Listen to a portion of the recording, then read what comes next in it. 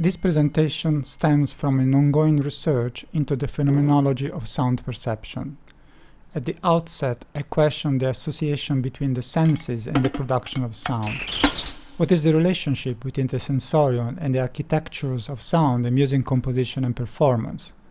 Drawing a comparison with Japanese Butō dance practice, where the human body is trained through transformative exercise in other than human morphology, this investigation suggests alternative pathways of sense perception, a potential for recombinatory and permeable vessels of sensing that are part of sound perception and the act of listening, composing, and performing music. In the present paper, I'm focusing on a comparative analysis of musical performance practices and Japanese choreographer Tatsumi Hijigata's Ankoku Butō method of body transformation.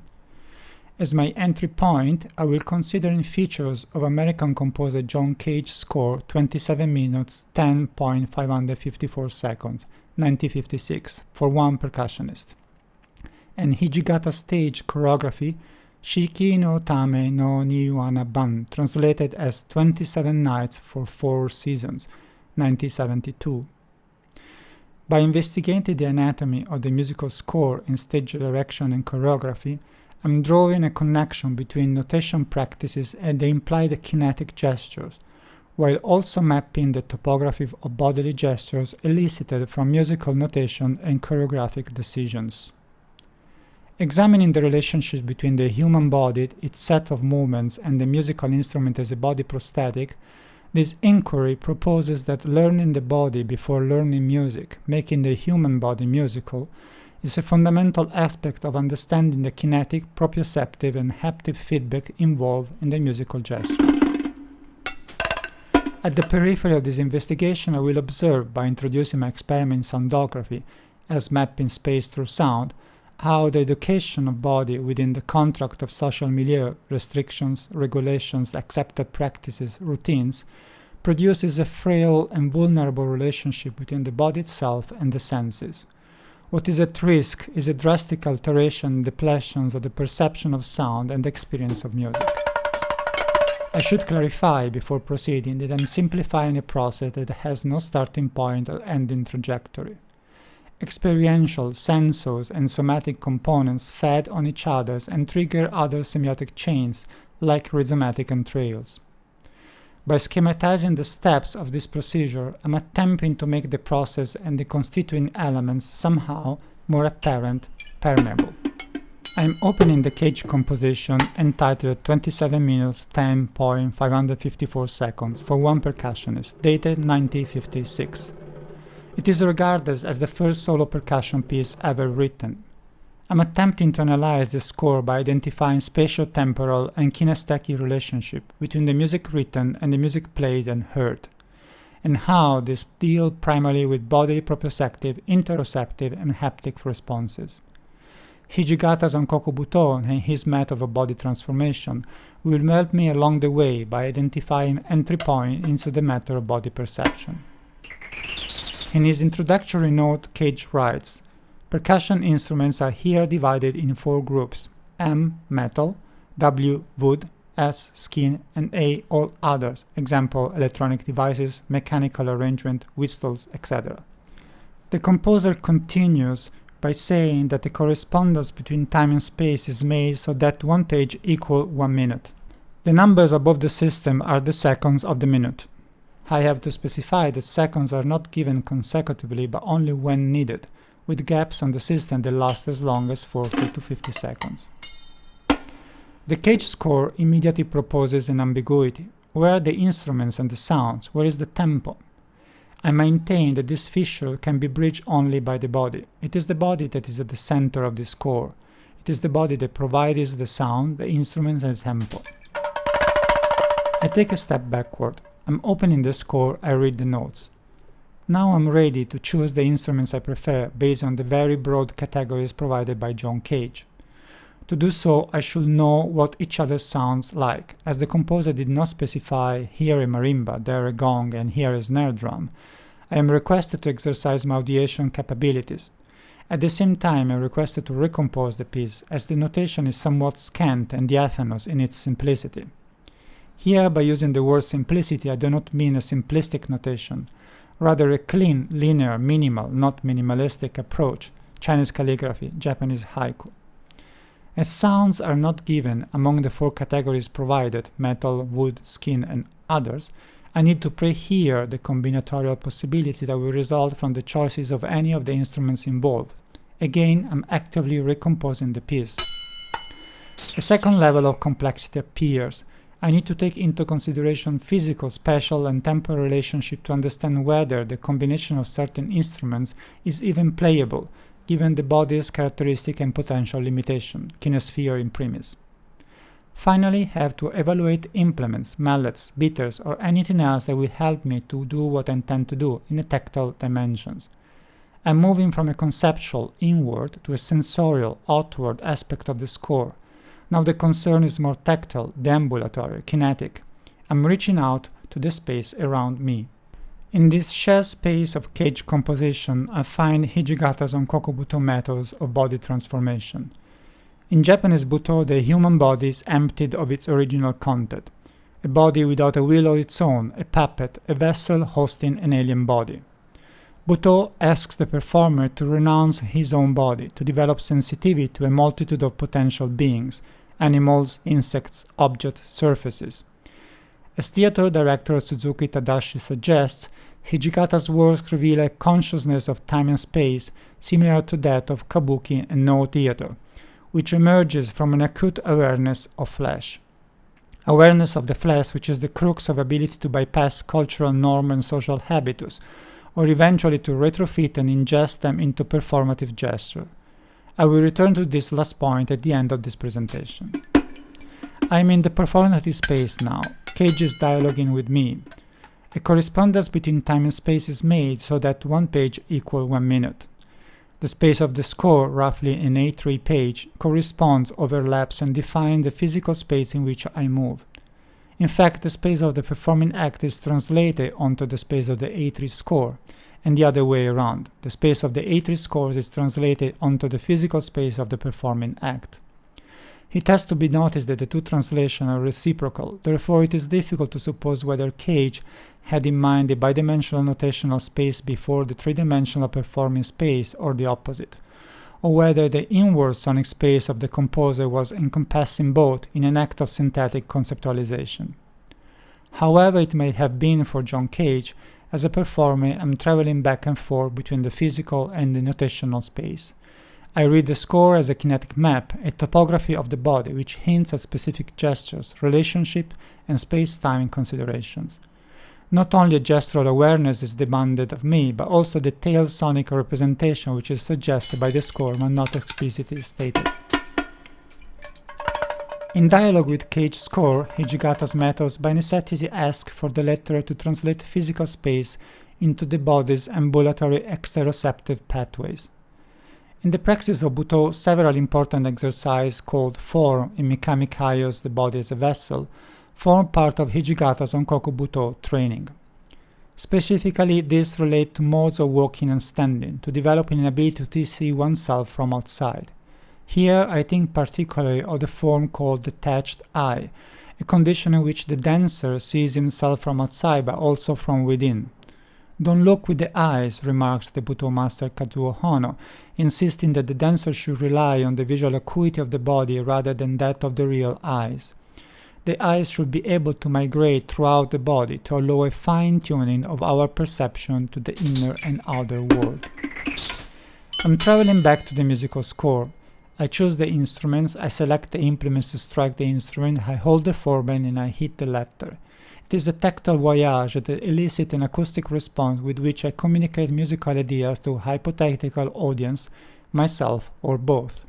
The moment I am requested to think of metal, wood, skin, and the so-called other instruments, the sensor's map is no longer limited to touch or hearing. Olfactographies and tastographies, maps of the senses, emerge. I cannot think of metal objects without involving at some point thermal, chromatic, olfactory, or gustatory feedback. The moment I touch the cold surface of the gong, a peculiar ferrous smell sticks to my fingers and provokes my nostrils. Gongs made of brass and a combination of bronze have a distinctive color and texture which I cannot avoid noticing. Inadvertently, I might bring fingers to my lips, and the olfactory experience deliquesces into a gustatory one. Here, sidelong memories emerge, a rhizomatic intermezzo, feedback in the sensus chain belonging to the taste of iron, salt, blood, meat. The Japanese choreographer comes to my aid once more in dealing with sensuous retention.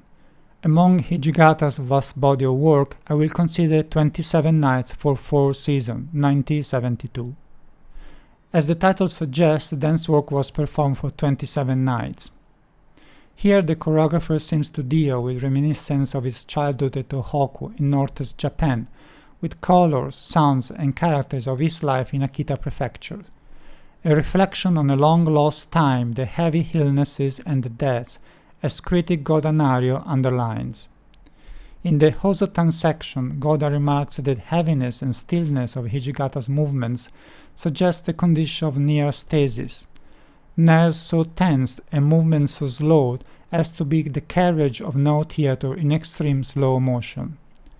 There was a sense of extended time being absorbed into the body's being, and the dancer not moving, but this is actually a technique full of the sort of energy that can transform space itself.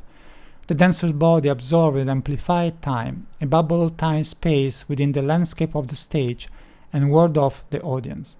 Moreover, in 27 Nights for 4 Seasons, there is a relationship characterized by the object's closeness to the body, a focus on finding resonances between primeval body gestures and the landscape or environment in which those gestures live. Amplification of time, resonance of primeval body gestures, and an object's closeness to the body, a triad of memories of space-time experience. I bear these new elements in reflection in mind as I return to Cage's score. The score defines the physical space as physical space defines the score. A preliminary consideration appears. Would I read and orchestrate the score differently if it had been printed on an A6 rather than A1 size of paper? Magnification of lines, dots, events, number, letters are acting upon my understanding of the music. How is one page equal 1 meter perceived if the page is as large as 84 per 119 centimeters, or as small as 7 per 10 centimeters?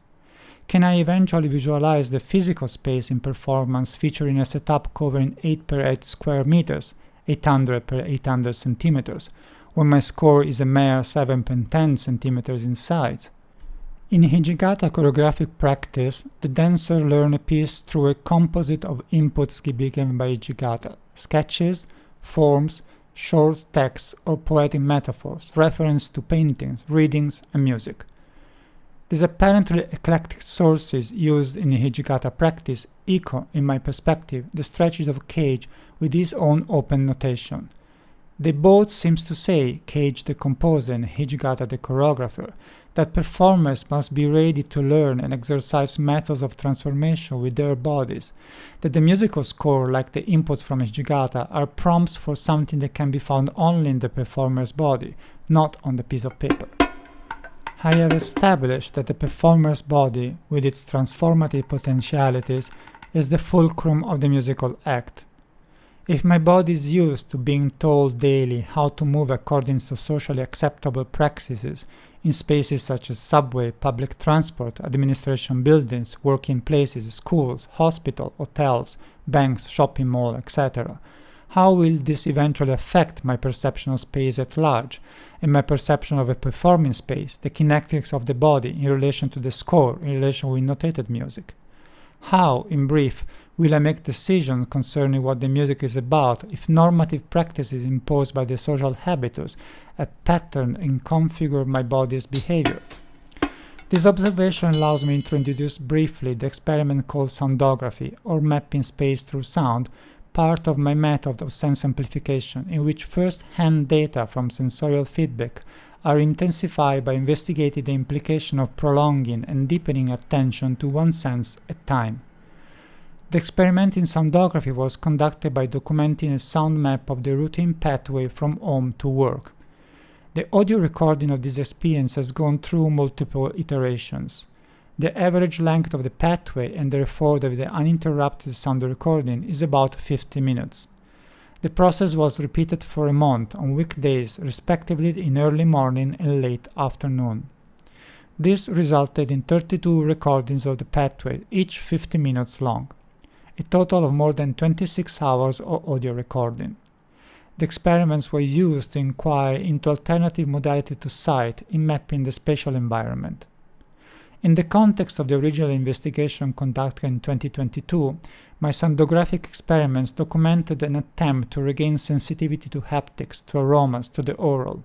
My experience over the course of the investigation suggests that this methodology could be extended across a broad range of sensory inputs and applied pedagogically or therapeutically to other fields, art education, the treatment of digital addictions, etc.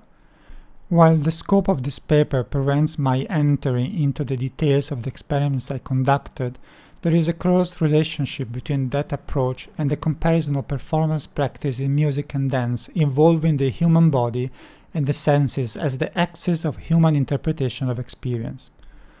To conclude with this investigation on phenomenological aspect of Western instrumental musical practices and Japanese dance practice of Ankoku Butō, I hope to generate further inquiry into the intertwined relationship of practices across these disciplines, and the embodiment and tactility within the aforementioned practices. To learn the body before learning the music, to make the human body musical, is not only fundamental to understanding the kinetic, proprioceptive, and haptic feedback involved in the musical gesture. It is also an indispensable process in maintaining a stronger relationship with our senses in the perception of the outer world. My investigation suggests that by enhancing transformative practices of the body's sensory experience, akin to the Japanese Butō dance practices, by placing the human body at the center of sonic experience, novel strategies of bodily and music learning will emerge.